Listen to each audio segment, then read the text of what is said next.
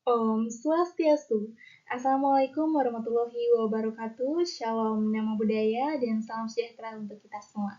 Selamat malam saya ucapkan kepada Bapak dosen pengampu, Bapak Iketut Sunarwijaya, SEMSI, dan juga rekan-rekan sekalian. Perkenalkan saya Putusannya Cynthia Dewi, nomor absen 28 dengan NIM 230262 2010203. Pada kesempatan kali ini saya akan memaparkan presentasi ide bisnis saya yang saya beri nama Sabo Juice. Selanjutnya saya akan menjelaskan latar belakang usaha Sabo Juice ini. Kesadaran masyarakat akan pola hidup sehat semakin hari semakin meningkat.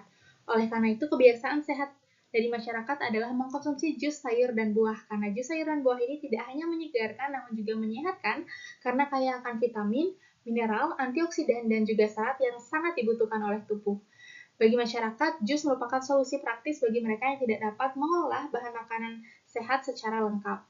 Oleh karena itu, melihat peluang tersebut, Sabuh Jus hadir menjadi jawaban atas kebutuhan masyarakat dalam pola hidup sehat ini. Selain itu, Sabuh Jus juga berkolaborasi dengan petani lokal dalam mengambil buah dan sayuran yang segar. Selain menjadi produk yang berkualitas, Sabuh Jus juga membantu perekonomian masyarakat sekitar. Lebih dari sekadar bisnis, usaha Sabuh Jus ini diharapkan dapat membawa nilai tambah bagi pelaku usaha, konsumen, dan juga masyarakat untuk menjalankan tren healthy lifestyle. Adapun visi dari Sabu Jus ini yaitu menjadi brand minuman sehat berbasis jus sayur dan buah yang terpercaya, inovatif, serta mampu mendukung gaya hidup sehat masyarakat Indonesia. Misinya yaitu 4M, menyediakan produk jus sayur dan buah yang segar, sehat, dan bergizi, memberikan harga yang terjangkau sehingga dapat dibeli oleh semua kalangan, mengedukasi masyarakat sekitar pentingnya pola hidup sehat, dan mengutamakan pelayanan yang cepat, ramah, dan memuaskan.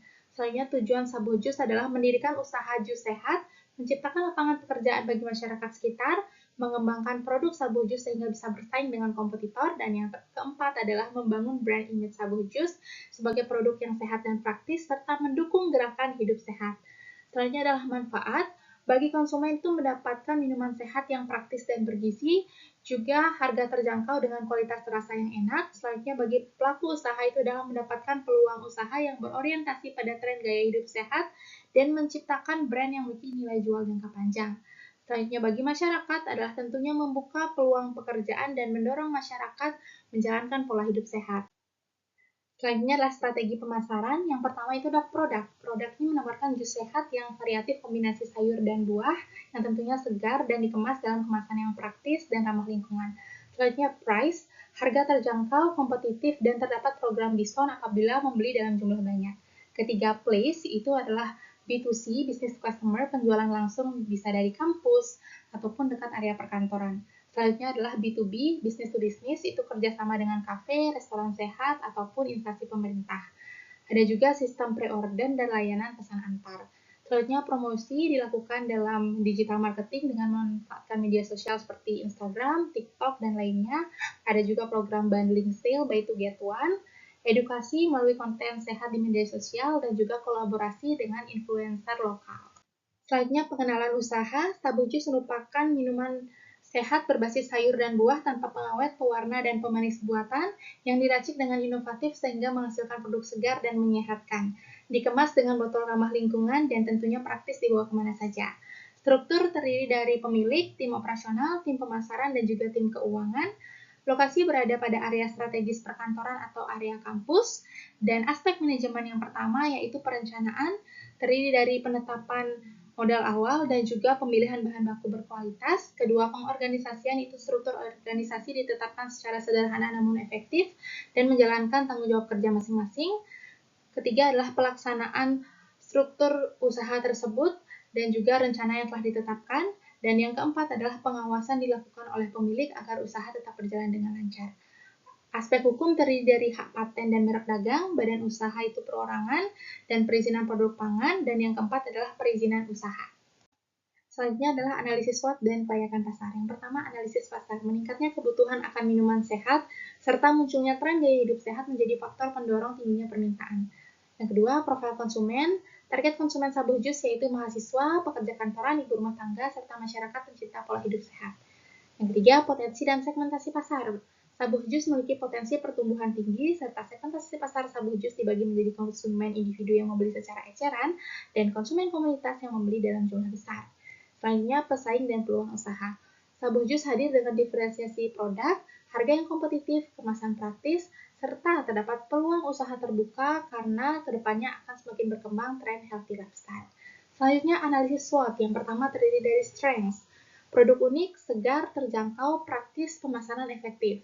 Yang kedua, weaknesses atau kelemahan, produksi terbatas, ketergantungan stok bahan baku segar, serta brand baru sehingga masih sulit masuk ke kalangan masyarakat. Ketiga, opportunities atau kesempatan, tren hidup sehat, pasar luas, dukungan pemerintah, kolaboratif, atau kolaborasi dengan influencer lokal. Dan yang keempat adalah threats atau ancaman, produk lain, fluktuasi harga, serta perubahan tren yang begitu cepat.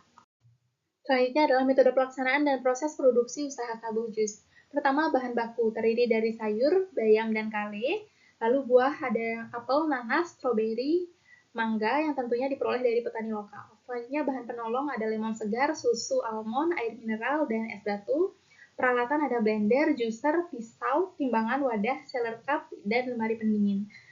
Masuk ke proses produksi, yang pertama ada praproduksi, itu pengadaan bahan baku, penyortiran bahan baku, dan pembersihan bahan baku yang diperoleh dari petani lokal.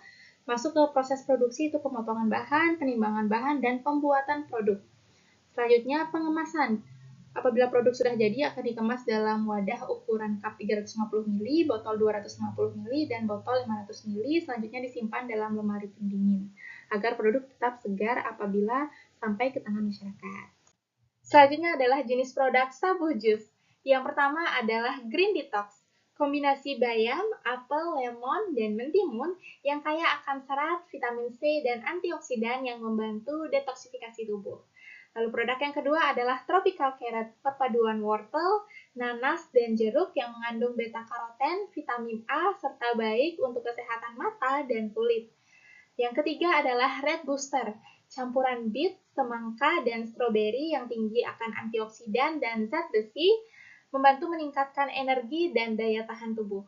Lalu yang keempat adalah Energy Mix, yaitu perpaduan pisang, kale, dan susu almond. Cocok sebagai pengganti sarapan ataupun minuman energi alami karena kaya akan protein nabati dan kalium. Selanjutnya yang kelima adalah Classic Fruit, jus buah murni dari mangga ataupun alpukat, jambu, dan jeruk. Cocok bagi konsumen yang suka jus tanpa campuran sayur namun tetap segar, sehat, dan juga alami. Selanjutnya adalah analisa keuangan. Yang pertama adalah biaya investasi awal, yaitu pembelian peralatan produksi sabu jus, sehingga total investasi awal adalah 16 juta. Selanjutnya proyeksi laba bersihnya untuk tahun pertama memperoleh pendapatan 317.520 dengan biaya operasional 189.600 sehingga memperoleh laba bersih 127.920. Begitu seterusnya hingga tahun kelima. Selanjutnya break even point-nya yaitu 906 botol per bulan atau per harinya itu harus menjual 31 botol per hari. Selanjutnya adalah proyeksi arus kas, yang dimana yang ditampilkan adalah triwulan pertama. Bulan pertamanya itu memperoleh pendapatan 26.460 dengan pengeluaran 15.800 sehingga memperoleh arus kas bersihnya itu adalah 10.660. Untuk seterusnya itu masih sama, sehingga dalam setahun pendapatannya adalah 317.520, pengeluarannya 189.600 sehingga arus kas bersihnya adalah 127.920. Lalu HPP-nya itu adalah 2.778 per botol. Selanjutnya adalah analisis investasi. Yang pertama NPV. NPV setelah tercantum perhitungan tahun pertama hingga tahun kelima untuk present value-nya, sehingga total present value-nya adalah 868.228 dan untuk NPV-nya adalah 852.228. NPV positif besar, maka usaha layak untuk dijalankan. Selanjutnya adalah payback period-nya, itu adalah memperoleh hasil 1,5 bulan, balik modalnya sangat cepat. Untuk internal rate of return-nya, IRR itu adalah tingkat diskonto yang membuat NPV sama dengan 0, sehingga estimasi IRR adalah lebih dari 300%, itu jauh di atas 10%, maka usaha sangat layak. Untuk accounting rate of return, rata-rata laba bersih selama 5 tahun itu adalah 240.468, sehingga memperoleh ARR-nya itu adalah 1503%. Di sini ARR sangat tinggi sehingga usaha sangat menguntungkan. Baik, sekian presentasi saya terkait ide usaha sabu jus ini. Terima kasih dan selamat malam.